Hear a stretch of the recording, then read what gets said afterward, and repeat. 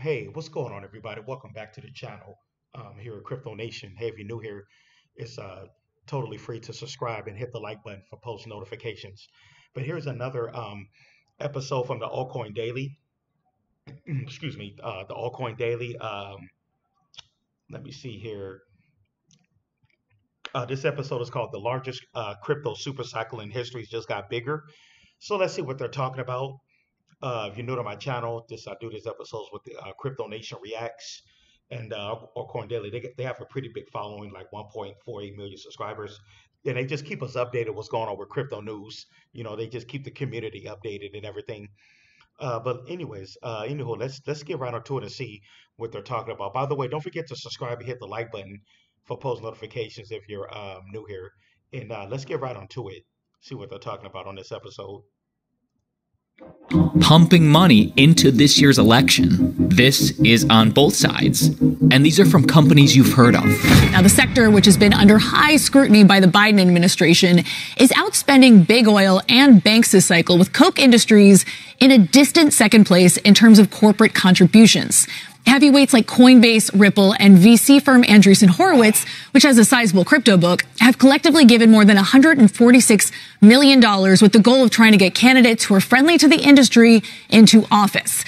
Now, most of that corporate money being raised is going to the popular and bipartisan pro-crypto super PAC called Fairshake, which is one of the top spending PACs this year. I spoke to their team last night to get the latest numbers on the four largest donors to Fairshake and its associated PACs. Coinbase has contributed $49 million. A16Z and Ripple have both given $47 million each, and Jump Crypto put in $15 million. And keep in mind, this money is not just going to one side and not the other. Probably a little more has been donated to Trump from the crypto community. But this is not just for presidential candidates, it's for senators, it's for congressmen, and this is going to both sides. Now, as for where all that money is going, a filing with the Federal Election Commission this week showed that in July, Fairshake dispersed almost $75 million and still has nearly $120 million left to deploy, with 73 days to go until the November election. The Super PAC has pledged $25 million from that pool of cash to 18 House candidates in the general election to be split among 9 Democrats and 9 Republicans. It's committed another $18 million to 3 Senate races, Joe. The Bitcoin super cycle has begun. Click the like button if you believe. And before we get to altcoin news... Now, this goes back to the very ethos of Telegram itself, which does not believe in censorship. This potential super cycle is much bigger than political donations. Nice visual of the US Bitcoin ETF flows. We've actually just seen the biggest Bitcoin ETF inflows in the last 3 weeks, meaning when Bitcoin dipped, arguably the most interesting monthly candle in Bitcoin's history, showing this dip was bought up so aggressively, so quick, and I think we understand why. It's easy for people to buy it, and it can get stored on their brokerage account. There's a QSIP number, and as you know, because you and I have been on Wall Street a long time, this is my 35th year on Wall Street. Wall Street is a selling machine, and they haven't even amped up that selling machine yet, but just imagine tens of thousands of FAs and RIAs out there explaining to people that they need a position like this in their portfolio. So it's coming. And Wall Street investor, political insider Anthony Scaramucci does a great job in explaining why Bitcoin today in the low $60,000 is most likely going much higher. And so the regulatory clearance for the ETF made it safe to go into Bitcoin for lots of institutional investors, and even places like Morgan Stanley are now allowing their financial advisors to solicit people on Bitcoin. And so we had BlackRock executives out here talking about this phenomenon. They've got $23 billion. It's the most successful ETF launch in history. So that's paving the way and making it more acceptable. So I think it's been very meaningful. If you had said to me last year when Bitcoin was in the 30s that we'd be here in the 60s post-halving, I think most people in the industry would be very happy. And buying Bitcoin today is an easy 10x on your money, says billionaire Michael Saylor. The best idea, if you want to make 10x your money, is you buy something that everybody in the world needs, nobody in the world can stop, and almost nobody understands. Much like buying Amazon stock or Google stock back in 2010. Okay, so in 2010, that was Amazon.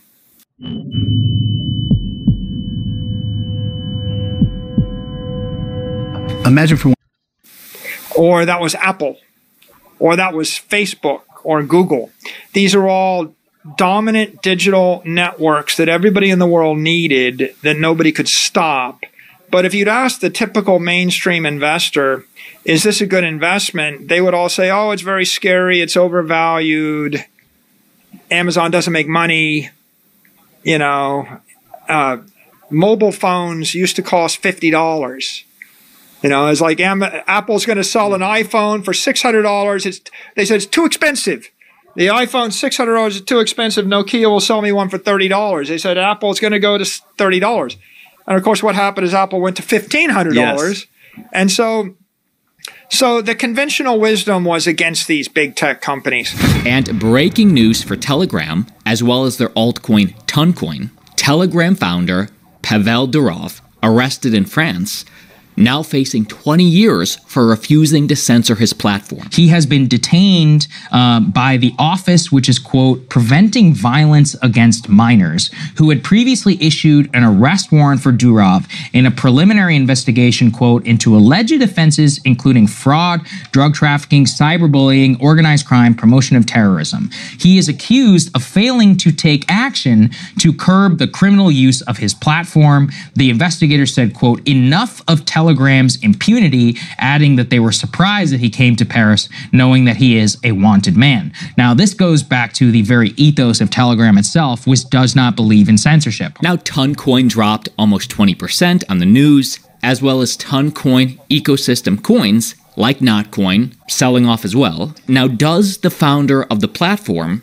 deserve to be charged for crimes that he did not commit, yet were committed on his platform? To me, I don't condone criminal activity. I think those criminals do deserve to be punished. But it does seem these single points of failure, like a CEO who's not even the CEO of Toncoin, just Telegram, they'll always be dragged in if your platform gets big enough. What do the regulators do in response to a system that cannot be regulated? They regulate the bits they can. They regulate the exchanges. They regulate the bank accounts. They regulate the national currency side of things. They shut down the on-ramps and off-ramps. They say, we will not let you take your money with you. And what do millennials say to that? Dude, I don't have any fucking money. All I have is my creative potential, my spirit, my productivity, and I can sell that directly for Bitcoin without an exchange, without an on-ramp, without an off-ramp. And when I need to buy something, I'll use my digital currency directly without re-entering your system, to which I was never invited. Shut down the on-ramps, shut down the off-ramps, and I will stay on board. I will stay digital.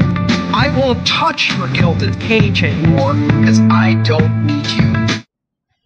Now, obviously, that's Andreas Antonopoulos speaking about Bitcoin, how you can't censor the underlying protocol, but you could come after and regulate the bits, the centralized aspects of the ecosystem. Will the Telegram CEO need to step down and maybe turn Telegram's leadership into a DAO? Also, this is interesting. Finally announcing the legendary Dylan Francis, who's a DJ, as the headlining act of our Token 2049 Singapore side event. Register now or buy a table for guaranteed entry. Spots are limited. This is the side event that my brother and I, Altcoin Daily, are media partners on. September 17th at the Marquee in Singapore. Awesome venue. So again, for everybody heading to Token 2049, be sure to register early. Link down. I don't know. I just want to say that guy, that founder of Telegram, I don't know, man. He could just be a fall guy. You know, criminals, they don't just use Telegram. You know, they're on Facebook, WhatsApp. I'm like, why they want to come at him for? I don't know. I think he's just a fall guy. My personal opinion. below. And news for AI altcoin Chain GPT, start a junior robot and rise to AI overlord in TAP CGPT, climb the leaderboards, and earn your share of $1 million in prizes. So just a gamified way that people can earn money. So this is one of those tap to earn games. You tap for XP. Each tap earns you XP, crucial for climbing the leaderboards. Daily rewards simply for just logging in. Also you earn by inviting friends, daily boosters, etc. And as you tap your way through Tap CGPT, you'll unlock unique characters at each stage of your journey.